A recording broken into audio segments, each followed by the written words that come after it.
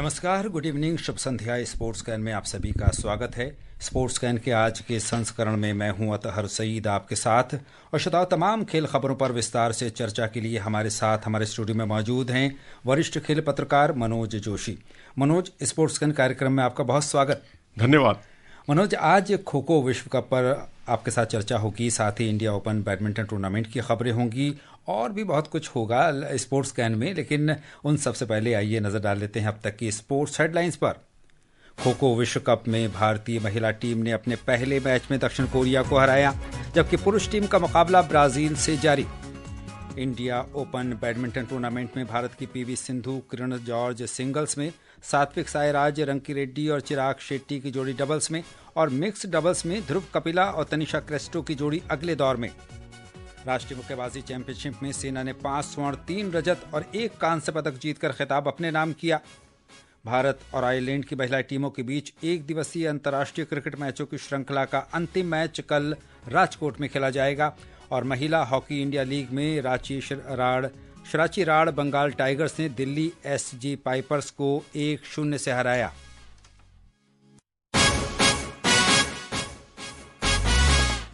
शुरुआत करेंगे खो खो विश्व कप से। खो खो विश्व कप 2025 में आज भारतीय महिला टीम ने अपने पहले मैच में दक्षिण कोरिया को हरा दिया है।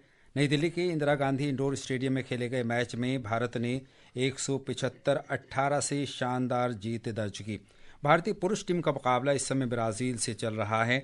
आइए ताज़ा जानकारी के लिए नई दिल्ली के इंदिरा गांधी इंडोर स्टेडियम में अपने संवाददाता अभिषेक कपिल के पास चलते हैं। हेलो अभिषेक। जी अतर, बताइए। अभिषेक, आज खो खो विश्व कप का दूसरा दिन है। आज सबसे पहले तो हम ये जानना चाहेंगे कि ताज़ा स्थिति क्या है, चूंकि भारतीय पुरुष टीम और ब्राजील के बीच मुकाबला की क्या स्थिति है? अतर, जैसा कि मैं आपको बता दूं, इस वक्त भारत और ब्राजील के बीच मुकाबला जारी है। जहां भारत डिफेंस कर रहा है, वहीं ब्राजील अटैक की पोजीशन पे, और ब्राजील का स्कोर अभी 8 अंक है। बहुत अच्छी आपने समाचार दिया है। लेकिन दूसरे सवाल की ओर चलते हैं अभिषेक। आज खो खो विश्व कप का दूसरा दिन है। आज दर्शकों के बीच किस तरह का उत्साह आपको देखने को मिल रहा है?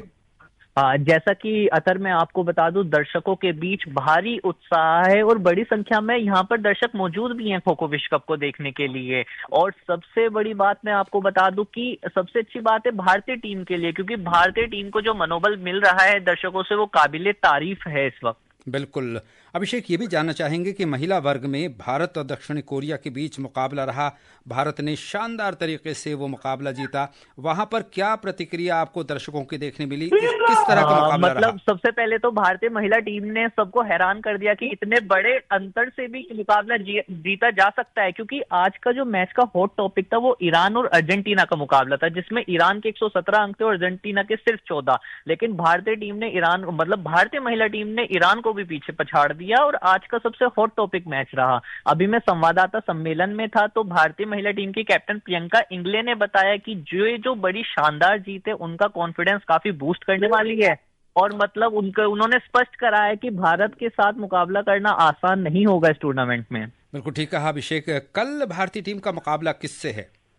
अच्छा, जैसा मैं आपको बता दूं अतर, कल भारतीय टीम का मुकाबला महिला का मुकाबला होगा ईरान के साथ, और क्या कहते हैं पुरुष वर्ग में भारत का सामना होगा पेरू से। बहुत धन्यवाद ताज़ा जानकारी के लिए अभिषेक आपका।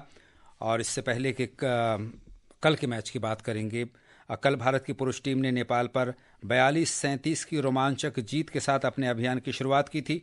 और जानकारी दे रहे हैं हमारे सहयोगी विशाल शर्मा।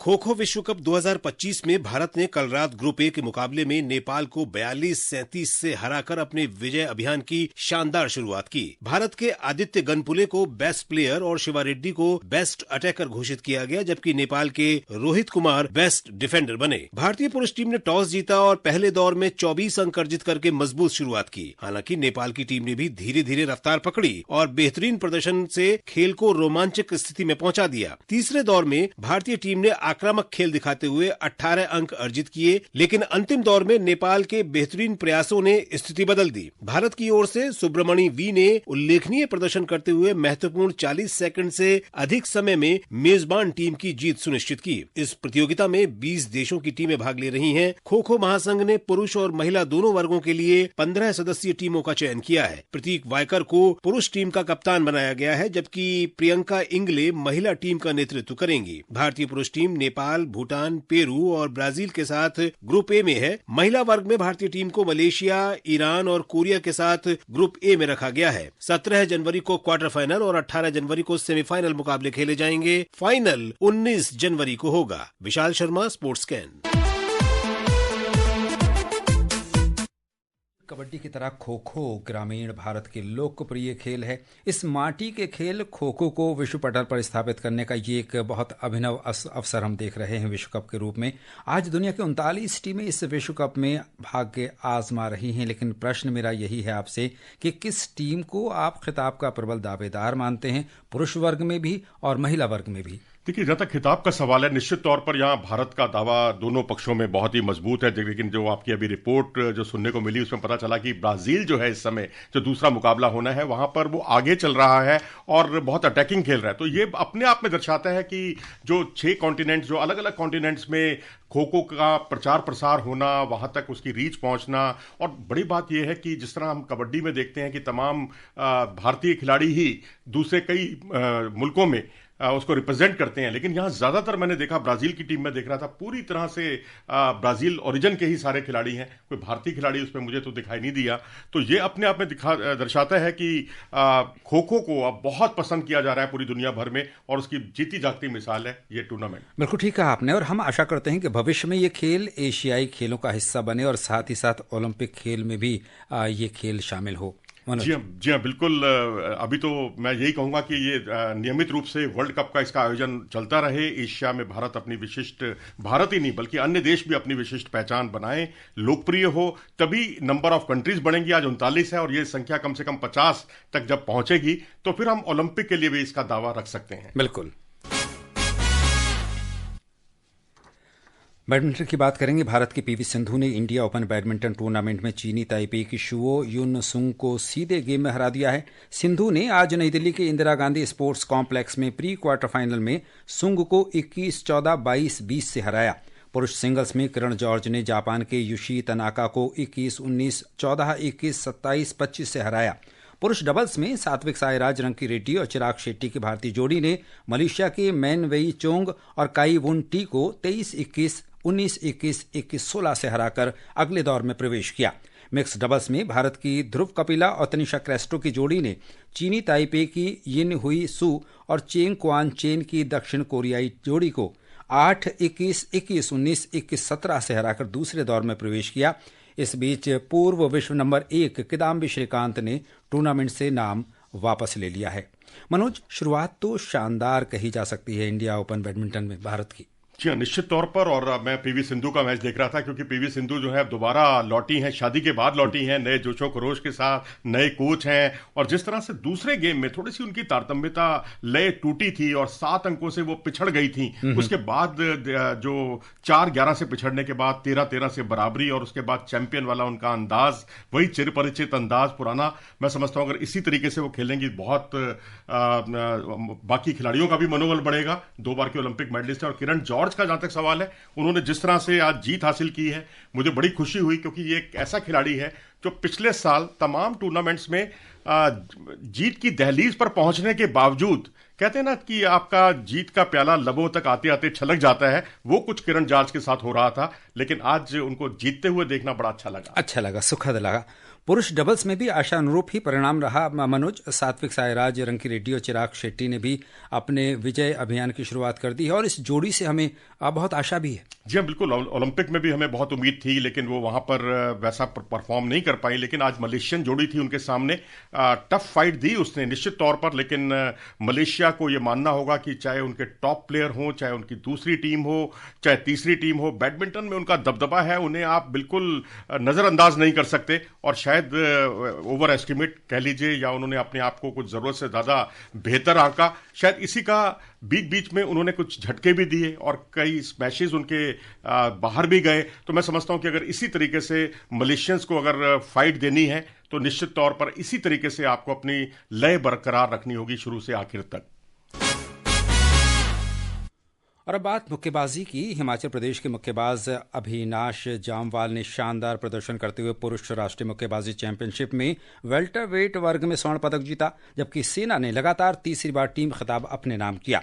मौजूदा चैंपियन शिव थापा और पूर्व युवा विश्व चैंपियन वंशज कुमार को हराने वाले जामवाल ने फाइनल में रेलवे के अमित को मात दी।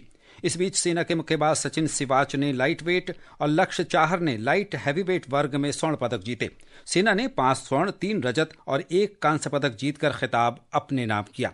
मनोज, राष्ट्रीय मुक्केबाजी में इस बार भी सेना का दबदबा रहा। किन मुक्केबाजों से अंतर्राष्ट्रीय पटल पर चमकने की आशा हम कर सकते हैं? सचिन सिवाच का अभी आपने नाम लिया, एक ऐसा खिलाड़ी जो आपने इनको बिग बाउट लीग में लड़ते हुए देखा था दिल्ली में ही, और उसके अलावा उन्होंने कई अंतर्राष्ट्रीय प्रतियोगिताओं में मेडल भी जीते। अविनाश, जिन्होंने कई दिग्गजों को हराया है। यहाँ पता चलता है कि आपके पास कितना युवा टैलेंट है। और सेना का इसमें तारीफ करनी होगी कि सेना जो है मुक्केबाजी का पर्याय बन गया है देश में। और बात क्रिकेट की। भारत और आयरलैंड की महिला टीमों के बीच 3 एक दिवसीय अंतर्राष्ट्रीय क्रिकेट मैचों की श्रृंखला का तीसरा और अंतिम मैच कल राजकोट में खेला जाएगा। मैच सुबह 11 बजे शुरू होगा। ब्यौरा हमारी सहयोगी सरफरोजी से।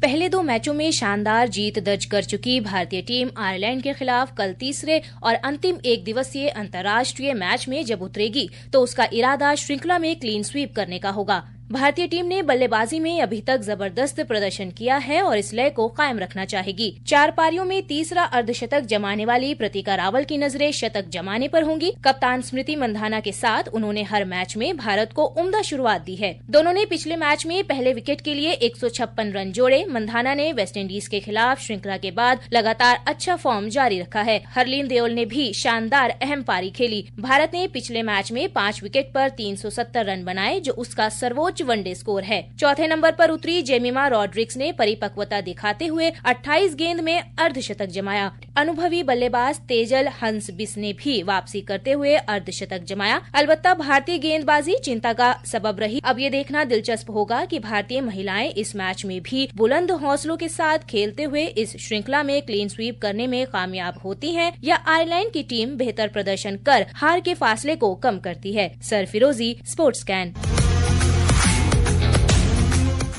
मनोज, एक सवाल।